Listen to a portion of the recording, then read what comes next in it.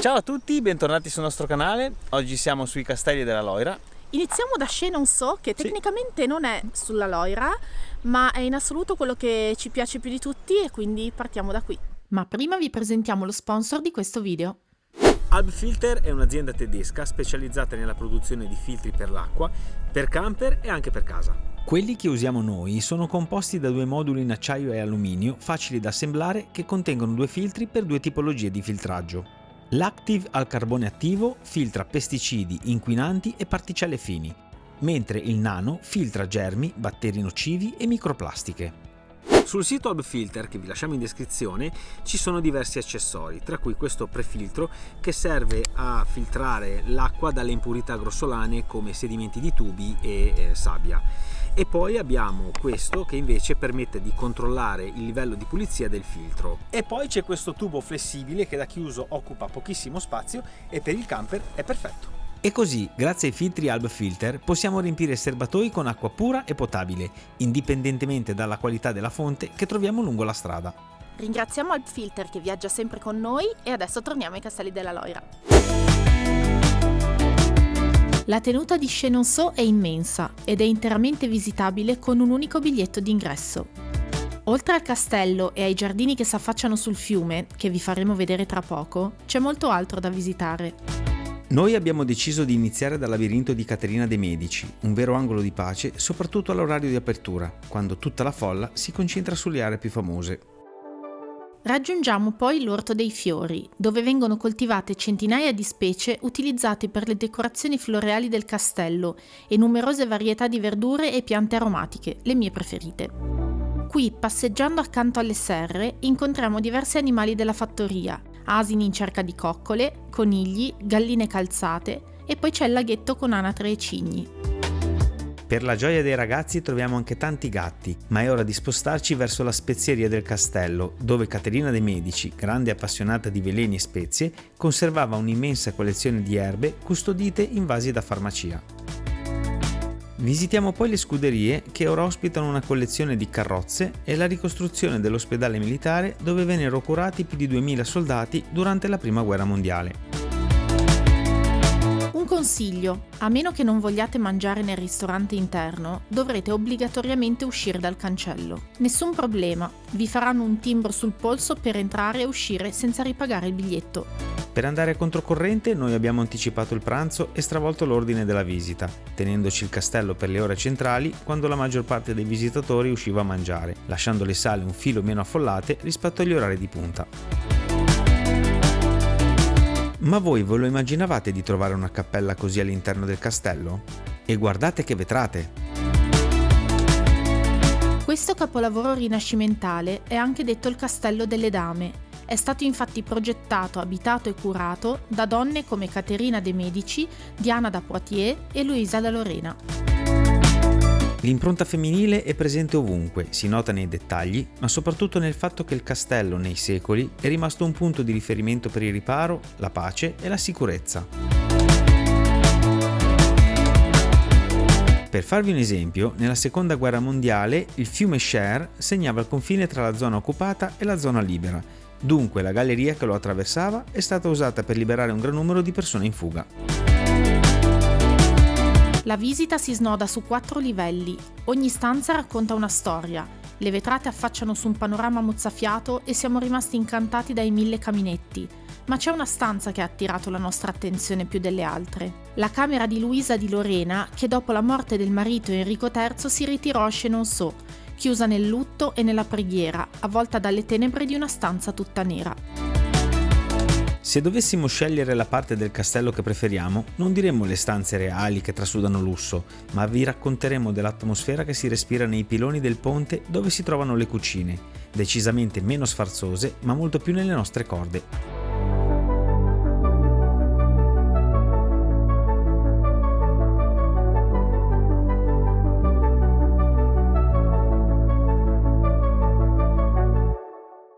Ok, visita finita. E Chenonceau rimane il nostro castello della Loira preferito. Se ci venite, considerate di avere abbastanza tempo per visitarlo tutto, perché c'è talmente tanto da vedere e non è tutto concentrato in un punto, ma c'è un po' da camminare. E considerate che noi siamo arrivati alle 9 stamattina, sono le 3 e abbiamo finito il giro adesso. È vero che abbiamo perso tempo a filmare, fotografare, però insomma c'è veramente tanto da vedere. Adesso incrociamo le dita per il meteo, perché abbiamo un altro Oggi castello. Davano pioggia e siamo stati fortunati. È andata benissimo. Quindi magari siamo fortunati anche domani. Esatto. Perché ci aspetta un altro castello, ma all'aperto. All'aperto, quindi dobbiamo sperare che non diluvi.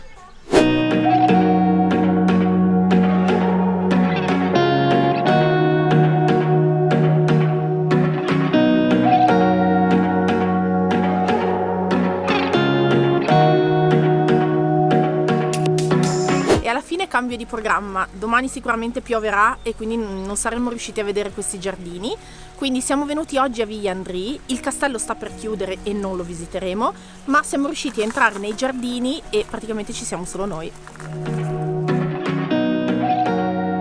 Appassionati di botanica, qui c'è da sbizzarrirsi.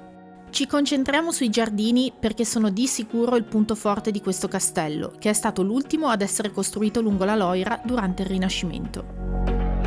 Si sviluppano su diversi livelli, per un totale di circa 6 ettari, con 1260 tigli e 52 km di file di fiori, piante, erbe ed ortaggi disposti come un ricamo, rispettando geometrie e simmetrie, alternati a giochi d'acqua e canali che creano riflessi incredibili. Iniziamo dal belvedere, da dove possiamo ammirare l'intera tenuta dall'alto, e poi piano piano scendiamo lungo i viali che ci accompagnano lungo le diverse sezioni. Giochiamo coi riflessi del giardino d'acqua, un'oasi di pace dove rilassarsi col rumore delle fontane.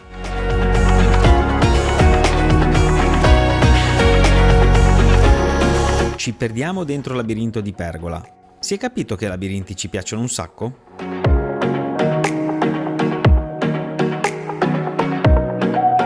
E poi, costeggiando il giardino del sole con le piante medicinali, finalmente arriviamo nel nostro angolo preferito, l'orto decorativo, formato da 9 riquadri disposti a scacchiera ai piedi del castello.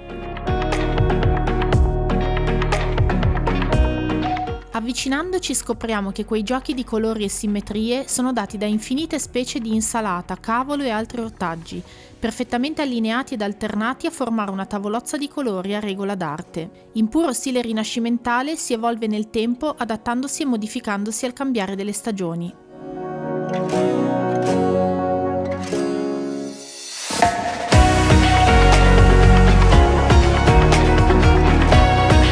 È arrivato il momento di uscire da questi spettacolari giardini per spostarci verso Rigny-Ussé, dove si trova il castello che ha ispirato la Bella Addormentata.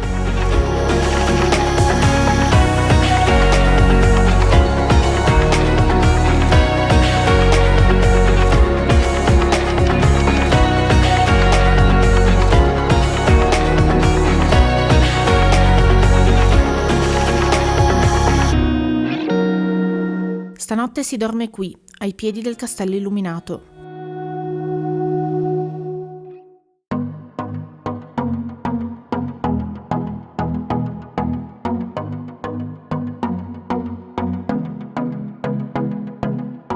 Dopo il diluvio ne approfittiamo per dirvi che abbiamo proprio fatto bene ieri a cambiare i piani, perché oggi la pioggia va e viene e non ci avrebbe permesso di vedere castelli e giardini come avremmo voluto.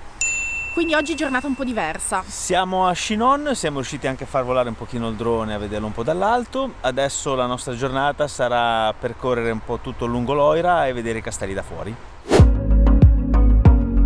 La strada che costeggia la Loira ci regala scorci magnifici su graziose cittadine e castelli che svettano tra le case dai tetti neri.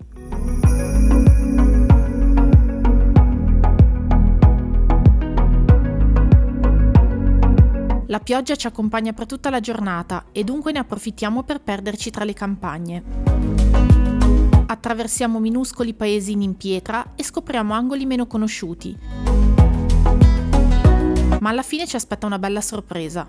Esce il sole e decidiamo di entrare nei giardini di Azay-le-Rideau, che abbiamo sempre visto da fuori, ma senza mai entrarci.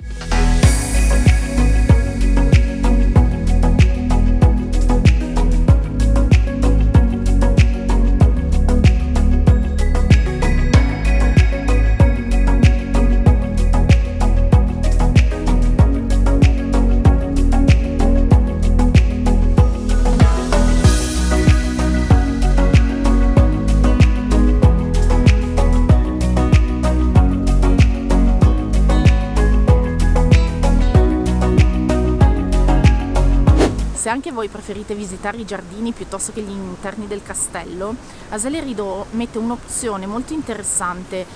L'ultima ora di apertura del castello, che in questo periodo dell'anno è dalle 5 alle 6 del pomeriggio, si può entrare gratuitamente per visitare solamente i giardini, non gli interni, ma tenetelo in considerazione perché un'ora basta per visitare i giardini.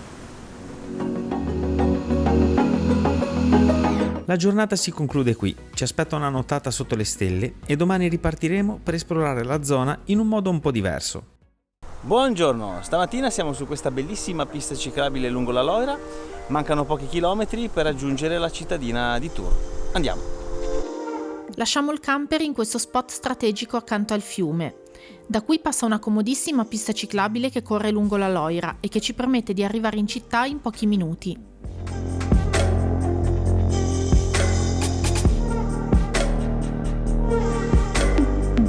Arrivati a Tours e posteggiate le biciclette, ci immergiamo nell'atmosfera passeggiando tra le sue strette viuzze e ammirando una per una le nostre amate casette a graticcio.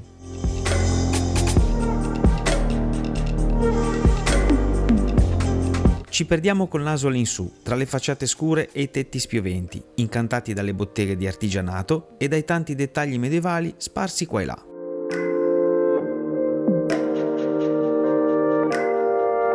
Non si può venire a Tours senza visitare la cattedrale.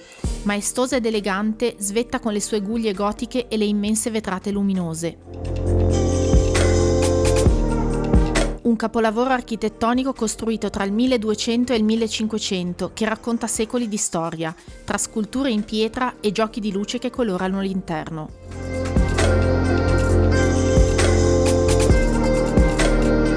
Torniamo in camper e il nostro on the road prosegue tra le colline.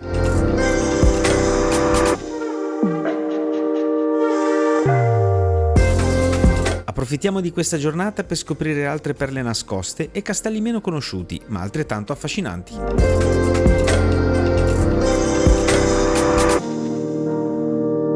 Ci limitiamo però ad osservarli dall'esterno, passeggiando nei giardini che li circondano.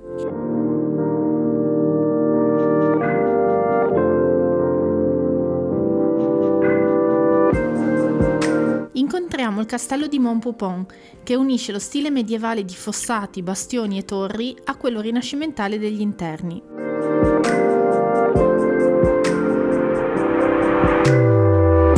Il castello di Valençay, con un grande parco antistante in cui incontrare i pavoni, con un po' di fortuna. E il castello di Bouge, forse il più contenuto, ma altrettanto suggestivo. Arriviamo poi all'ultimo castello di questo viaggio, quello di Cheverny, circondato da un immenso parco botanico. È incredibile pensare che sia ancora abitato dalla stessa famiglia che l'ha fatto costruire nel 1600. Qualcuno si chiederà come mai in questo viaggio non abbiamo visto il castello di Chambord. Ecco il motivo. Ci eravamo stati nel 2021 durante il nostro Tour de France, quindi questi video che state vedendo sono un po' più datati. Chambord è quello che si può considerare il punto forte dei castelli della Loira, il più sontuoso e visitato dai turisti di tutto il mondo e che di certo non può mancare se venite da queste parti.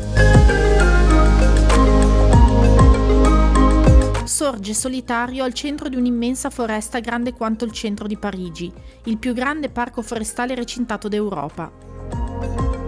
Girarlo tutto è impossibile, ma in bicicletta abbiamo raggiunto angoli meno frequentati da cui abbiamo potuto avvistare la fauna locale e ammirare il castello da diverse angolature.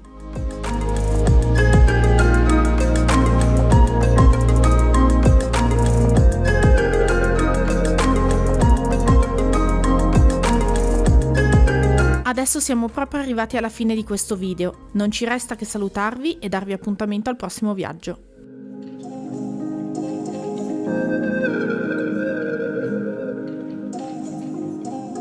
Thank you.